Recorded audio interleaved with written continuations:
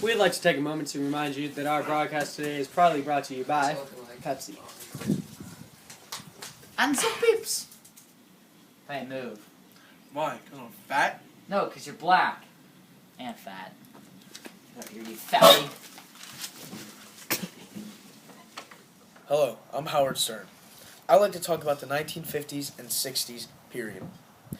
At this time, there was a movement called the Civil Rights Era, where African Americans gained rights during these years. With the Civil Rights Act of 1964, the most triumphant year for the Civil Rights era. We are talking about two important events in the Civil Rights era: Little Rock Incident and Birmingham. Oh, hello there. My name is Cletus McCall III, the Junior. I'd like to talk about one little thing about you right now. It's called segregation. Ever since the Brown vs. Board of Education, these segregation of schools have happened across the country, but the South will not let in. Even in this year of 1957, no classroom in the South has been integrated, and that is a glorious day for the South.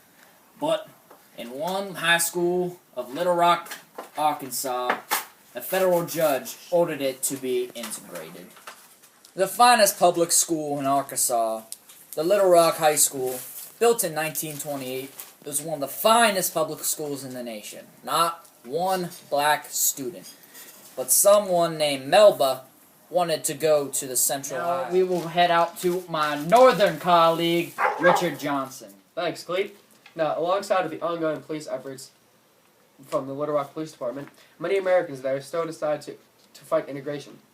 Orville Faubus said that he would send the National Guard, and many people, such as 15-year-old Melba, who integrated to the high school, believed that this was in order to help the Negroes. They had another thing coming. Now on to some shocking video evidence with Cletus McCoy. Thanks, Dick. So, I must warn you for this following images and video of the Little Rock incident right now. Advisory, keep your children away from seeing this. One of the first black students is on their way to the Central High School in Little Rock, Arkansas. He seems to be very afraid. Oh! Someone threw something at him. He's making his way into the school finally. Can I get in? No. Get out of here! Get out of We here! don't want your kind here! The guards are aggressively beating him. I don't think he knows what to do with himself. He's dead! He's dead! Tommy! Out! Tom! Tommy! I like to say that black student did not die in the crossfires that happened today during that altercation. But I'd like to talk to you about the rest of the evening that unfolded after those events. One student called Elizabeth Eckford, a small black girl, faced the mob alone because she didn't know that she had to enter together and that she entered through the back. She faced the mob with threats and verbal assaults and then ran back to everyone else. And now I'd like to talk about one more thing. Eisenhower orders the National Guard in to let the black students in because he did not like the mob rule down there. Now I'd like to cut into a video of the blacks coming into the school. One of the black students is getting off the bus to make his way into the school when suddenly around the corner comes one of his white friends.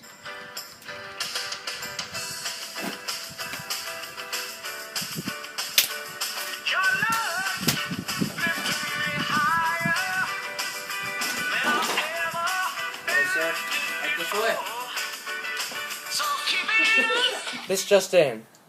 Ernest Green was the first African American to graduate from Central High School, and in the process, while this was being covered, 3 black reporters were beaten severely, and one of them is even beaten with a brick. Now, over to Cam. Many Southern whites felt threatened by this new idea of integration. Birmingham, Alabama is an example of one of the cities affected by this. They had to close all city public recreation facilities because they didn't want to see them get integrated. The KKK had a deep influence on the South. They helped elect Eugene Bull Connor as Commissioner of Public Safety, or a police chief. And all these events led to a march. And here's Cletus McCoy on more information about the march. Thanks, Cameron. I'd like to say one thing, that Eugene Connor is actually helping the civil rights movement, which is the opposite, which he hoped to do, which was to put out the flames of the civil rights era. He threw black people. He has thrown black people in jail for the peaceful protest in Birmingham, Alabama. And one important character, Martin Luther King Jr., who led the march. In jail, he wrote on margins of newspaper and toilet paper. On toilet paper, on the margins of newspaper, he argued that civil rights demonstrators who were peacefully protesting were getting jailed for nothing. Dogs were being used by the police on protesters to catch them, and fire hoses by the firemen to spray protesters away. And it was compromised of black students, high school students actually, because working blacks were afraid of losing their jobs. I'd like to send it to Richard Johnson for more news on the March of Birmingham. I'm sorry, we're having technical difficulties. Before we take you to the live coverage of the Birmingham March, we're going to talk about the sit-ins in Nashville, Tennessee, where young African-American students are sitting non-violently at lunch tables and diners, yet still being denied service. Good evening, gentlemen. How many menus will we be needing today? Two. Alright, I'm sounds gonna good. need 3 for me. We don't serve blacks here. Unfortunately for you, you're gonna have to leave. I am protesting, so I'm going to stay here. Well, we don't deal with protesters, so you're gonna have to leave.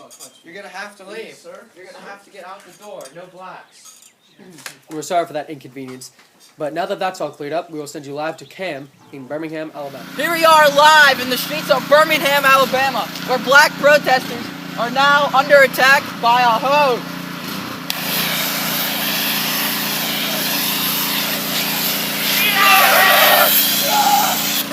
They are sending dogs after him now! The dogs! Oh, the dogs got him down!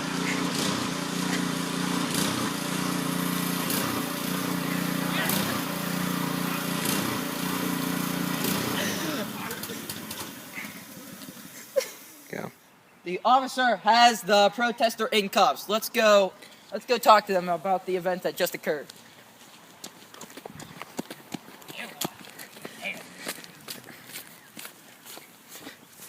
Sir, why were you out here today protesting? I need rights. All our kind of people need our rights back. You believe the way they handle this is out of control? I do. I don't believe getting sprayed by hoses all the time is the right way to handle all They this. want segregation, we want our people. I decide that you were the one that should have been hosed. Hell boy! High school students were used to march instead of blacks because the high school students didn't have jobs that they could lose. The person whose idea it was to use high school students instead of regular blacks was Reverend James Bevell. He is the one who organized the first sit-down in Nashville, Tennessee, who gathered a group of college students to sit on at lunch counters and ask politely to be served a meal. But no, white people were very rude, and they wouldn't serve them. So the white people just made the blacks sit there all day until the police came and took the college students to jail. This angered many black activists. Hello, I'm here today with a very special guest, Reverend James Bevell, here to talk to us about the sit-ins in Nashville, Tennessee, and all the promotion down in Alabama. Hello. I would We don't like your kind. Shut up, son, before I come up there and whoop you. I would like to support my brothers out there protesting. They might be able to take our jobs, our rights, and even our lives, but they will never take our pride. And then these two chapters of Little Rock Incident and the Birmingham March, which summarize right now, if you struggle for something, you will prevail if you try enough. For the civil rights movement, these two events led to the desegregation of public schools and integration of public schools, and the right to live side by side as brothers. Bloopers! Hey, come around to me, you little ladies! Come on, man!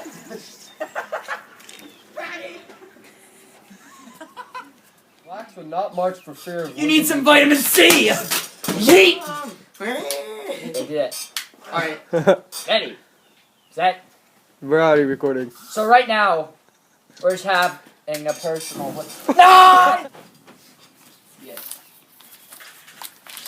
We're put in jail.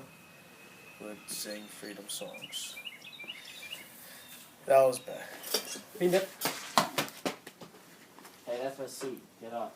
Why? It's because I'm black? No, because you're fat, actually. You're a breaker.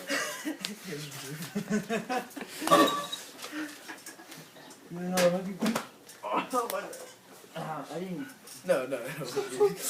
It was my neck. I still. Welcome to my back porch, where it's a good time and good place to party if I had friends. Hey, Cam. Thanks for watching our video. And now Harrison with questions. Bye. Have a wonderful time.